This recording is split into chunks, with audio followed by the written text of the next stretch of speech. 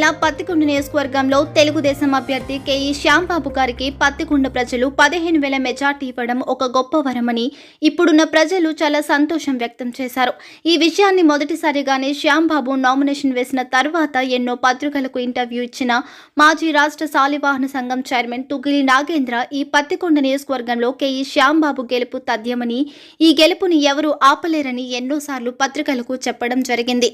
ఈ ప్రాంతపు ప్రజలు తెలుగుదేశం పార్టీ పైన చంద్రబాబుపై ఉన్న అభిమానాన్ని, కేఈ కుటుంబంపై ఉన్న అనురాగము ఉన్నది కాబట్టి తెలుగుదేశం పత్తికొండలో జెండా ఎగురవేయడం ఖచ్చితమని 100% వస్తుందని తుగ్గిలి నాగేంద్ర తెలియజేయడం జరిగింది.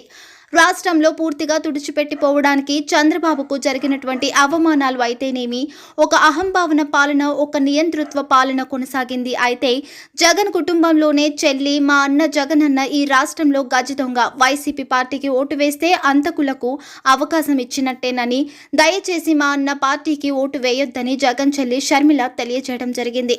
ముఖ్యంగా తుగ్గిలి నాగేంద్ర ఒక సమావేశంలో నాయకుల మధ్య మాట్లాడుతూ ఈ పత్తికొండ నియోజకవర్గంలో ఎందరో ప్రాతినిధ్యం వహించిన మంత్రులుగా కొనసాగారు. అలాగే శ్యాంబాబుకు రాష్ట్రం మంత్రివర్గంలో స్థానము కల్పించాలని, ఎందుకంటే ఈ ప్రాంతము బడుగు బలహీన వర్గాల సంబంధించినటువంటి, అణగారిన వర్గాలకు సంబంధించినటువంటి, చాలా పేదరికానికి సంబంధించిన ఈ నియోజకవర్గం కాబట్టి ఈ నియోజకవర్గం అభివృద్ధి చెందాలంటే కేఈ శ్యాంబాబు గారికి మంత్రివర్గంలో స్థానము కల్పించాలని మాజీ రాష్ట్ర శాలివాహన సంఘం చైర్మన్ తుగ్గిలి నాగేంద్ర తెలిపారు.